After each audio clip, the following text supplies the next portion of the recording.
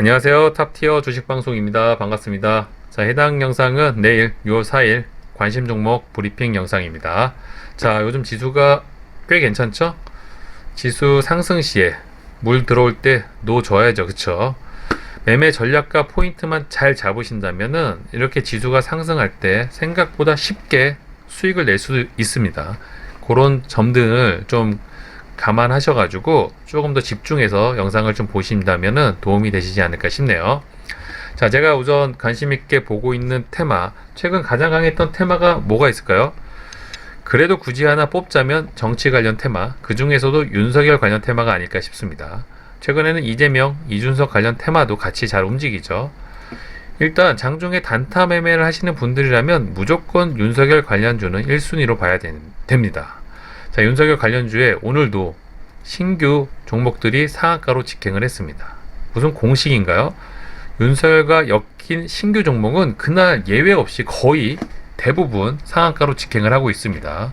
이런 매매 포인트만 알고 있어도 장중에 윤석열 관련 신규 종목이 나왔네? 그렇다면 주저할 필요가 없겠죠. 그쵸? 이런 것들을 좀 활용을 하신다면 매매 포인트를 잡기가 쉬우실 겁니다.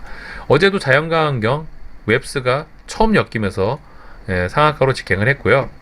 기존에 강했던 애니눅률, 웅진, 서현, 덕성 이런 종목들은 하루 이틀 조정을 받는데 조정도 아니죠. 윗구간에서 놀고 있습니다. 돈이 또 적지 않게 터진 종목들이다 보니까 이대로 쉽게 죽을 수도 없겠죠. 또한 윤석열 관련 종목 기사들이 하루에도 수십 개, 수백 개가 나오고 있습니다. 거의 대권 도전이 기정사실화된 것처럼 쏟아져 나오고 있기 때문에 장중에 윤석열 관련 기사들이나 테마들의 움직임을 좀 체크하시면서 매매 전략을 좀 세우신다면 도움이 되실 것 같고요. 정치 관련 테마들은 굳이 애써서 분봉상이라든지 일봉상에 타점을 잡기보다는 장중에 전체적인 움직임을 파악하시면서 매매 포인트를 잡으시는 게 좋습니다. 아무리 돈이 많이 들어왔다고 해도 이런 구간에 타점을 잡을지언정 테마 자체가 힘이 없다면 그날 다 같이 죽는 경우가 많기 때문에 아무래도 정치 관련 테마는 매매 타점보다는 장중에 돈 쏠림, 수급을 좀 보시면서 매매 포인트를 잡으시길 권해드리고 싶고요. 자, 오늘만 해도 또 이재명 관련 종목 중에 상한가가 나왔습니다. 장중에 이재명 관련 이런 기사가 좀 있었죠. 수술실, CCTV 설치법, 이처럼 여권 이재명이라든지 야권 윤석열 씨가 하는 관련된 기사, 이분들이 언급하는 기사들이 엮이는 종목들은 그날 강한 시세에 탄력적으로 움직일 가능성이 높습니다. 장중에 정치 테마를 매매할 때 뉴스 체크를 조금 더 발빠르게, 조금 더 쉬지 않고 하셔야 될 이유가 여기 있는 겁니다. 그쵸? 이처럼 여권이나 야권의 지지율이 가장 높은 사람의 입에서 나오는 소리가 어떤 종목의 큰 시세로 이어질 수 있는 만큼 당분간은 이런 관점 포인트 생각하셔가지고 매매 전략을 좀 준비하시면 도움이 되시겠죠. 또 윤석열, 이재명을 제외한 이준석 관련주도 요즘 연일 또 강한 시세를 보이고 있습니다. 신고가 부근에 위치해 있고요. 또 이준석 관련주는 6월 11일 경선 일정이 남아있죠. 단기적인 재료 일정이 남아있는 만큼 아무래도 시세가 탄력적으로 움직일 가능성이 높습니다. 거래대금도 적지 않게 터졌고 또 관련 기사를 보면은 압도적인 지지율로 이준석 씨가 좀 앞서고 있는 것 같아요. 그쵸? 트리플 스코어. 자, 이처럼 관련된 기사들이 호재성 기사가 좀 많은 만큼 또 경선 일정이 얼마 안 남았다는 점, 이런 점들을 감안을 했을 때 잘 활용을 하신다면 매매 포인트 잡고 수익 내기가 좀 어렵지 않을 거라고 저는 보고 있고요. 그런 관점으로 좀 지켜보시길 권해드리고 싶네요.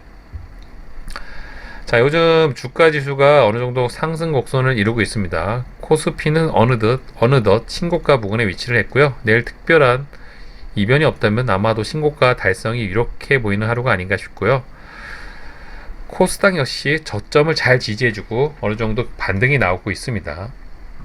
요런 구간, 지수가 상승하는 요런 구간에서 도움을 주려면 대한민국은 대형주가 지수 상승을 이끌어줘야 되죠. 그 중에서도 현대차, 삼성전자 같은 우량 대형주들이 좀 지수를 이끌어줘야 되는데 오늘 삼성전자가 그런 관점에서 의미 있는 양봉이 나오지 않았나 싶습니다. 좋은 구간에서 나온 양봉이라고 보이고요. 특히 골든 크로스 구간이고 특히 의미 있는 인상적인 수급 양매수가 좀 들어왔습니다.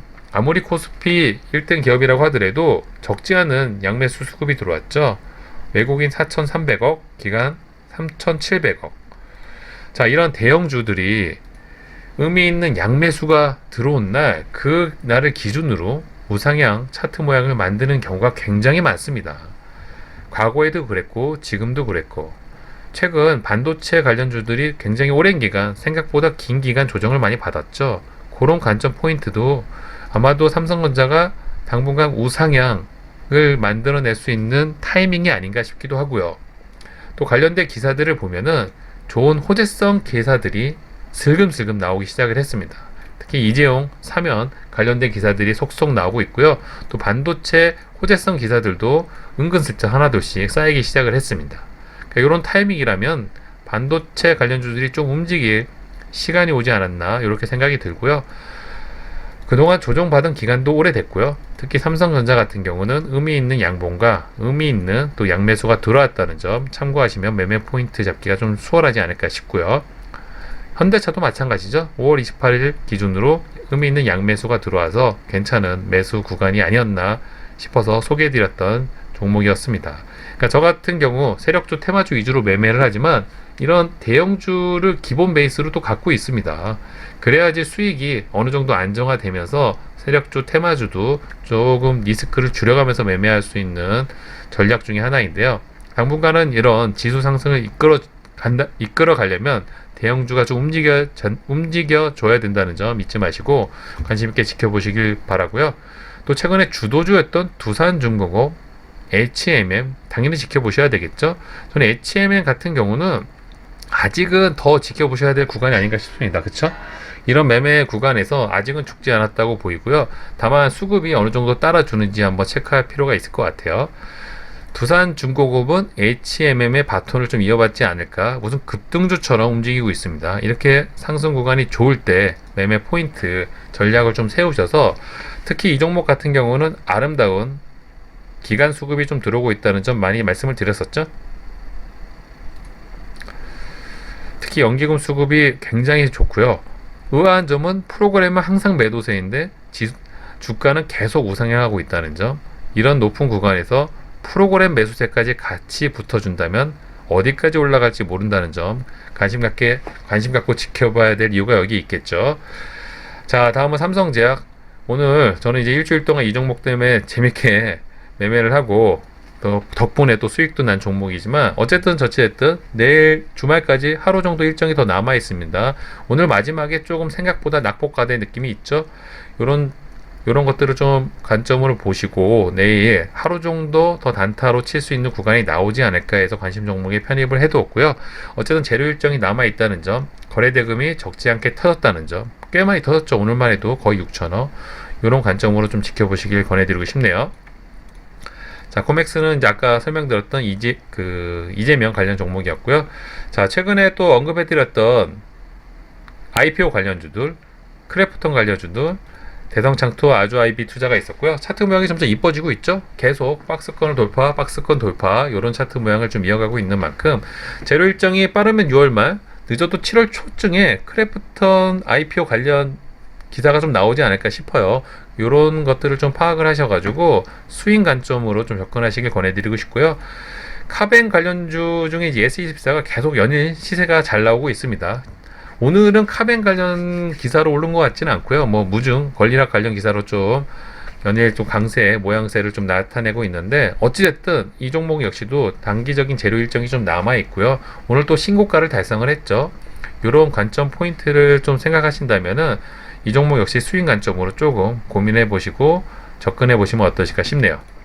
자, 오늘도 미중 갈등 종목 동구아네이스가 불꽃 슈팅을 주고 또 장렬히 전사를 했습니다. 그러니까 이 종목은 항상 이래요. 그쵸? 하루에도 수십 번 슈팅을 주고 바로 죽고, 이런 매매 종목의 끼를 좀 알고 계시면은 매매 포인트를 잡는 게 어렵진 않겠죠. 점점 저점을 좀 높여가고 있는 차트 모양, 일봉 차트 모양이고요. 특히 저는 이제 요 부분을 좀 크게 보고 있습니다. G7 정상회의 기간 전에 뭔가 얘네들의 액션이 나오지 않을까, 이런 관점 포인트를, 매매 포인트를 잡고 있고요. 당분간은 그래도 미중 갈등이 저는 계속 이어지지 않을까 생각을 하고 있습니다. 그러니까 그런 포인트를 잡으시고 좀 전략을 좀 준비하신다면은 괜찮은 종목이 아닌가 싶네요. 자, 기존에 좀 돈이 많이 들어왔던 종목들 중에 메타버스라든지 디지털 화폐 종목들이 조금 쉬어가고 있죠. 그러니까 이 종목들은 쉬어간다고 아예 버릴 수가 없는 종목들이죠. 워낙 추가적으로 나올 재료들도 많이 남아있고 끼가 또 워낙 좋았던 종목들이기도 하고 돈이 또 어느 정도 많이 들어왔던 종목들인 만큼 당분간은 조금 지켜보시면서 수익 관점으로 좋은 구간에 내려왔을 때 큰 폭으로 눌림 매매를 좀 하신다면은 그래도 괜찮은 종목 테마군이 아닌가 싶고요. 뭐 이외에도 뭐 OTT 관련 종목 또 mRNA 관련 종목들도 있으니까 좀 참고 삼아 매매 포인트, 매매 관심 종목에 편입해 두시면 도움이 되실 겁니다. 자, 오늘 영상은 여기서 마무리하도록 하고요. 영상이 도움이 되셨길 바라고요. 다음 시간에 뵙도록 하겠습니다. 구독과 좋아요 잊지 말아 주시고요. 감사합니다.